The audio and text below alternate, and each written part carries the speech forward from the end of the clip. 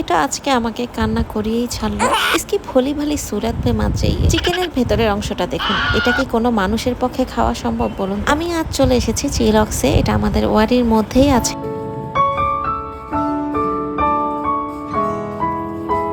আমি কিন্তু অনেক বেশি স্পাইসি লাভার, আর তাই আজ নাগা ড্রামসটা ট্রাই করতে চলে এসেছি।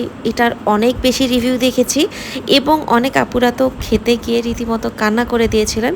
তো দেখা যাক আজ আমার অবস্থা কি হয়। চিকেনের উপরের লেয়ারটা ওপেন করার সাথে সাথে একটা ঝাঁঝালো স্মেল লেগেছে নাকে। অনেক আপুরা বলেছিলেন এটা একদমই যেন ট্রাই না করি, এবং অনেক আপুরা প্রথম বাইটের সাথে সাথে এটাকে স্কিপ করেছেন, এবং অনেক আপুরা ওপরের অংশ ফেলে দিয়ে সম্পূর্ণ চিকেনটাও খেতে পারেননি।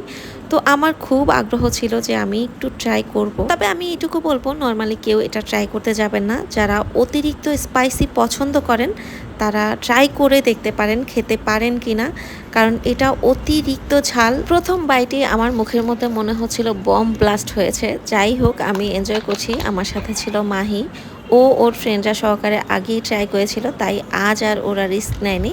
ওরা অন্য খাবার অর্ডার করেছিল। আমি তো স্বাভাবিকভাবে এনজয় করছি আর খাচ্ছি, মনে হচ্ছিল আরও এক পিস খেতে পারবো।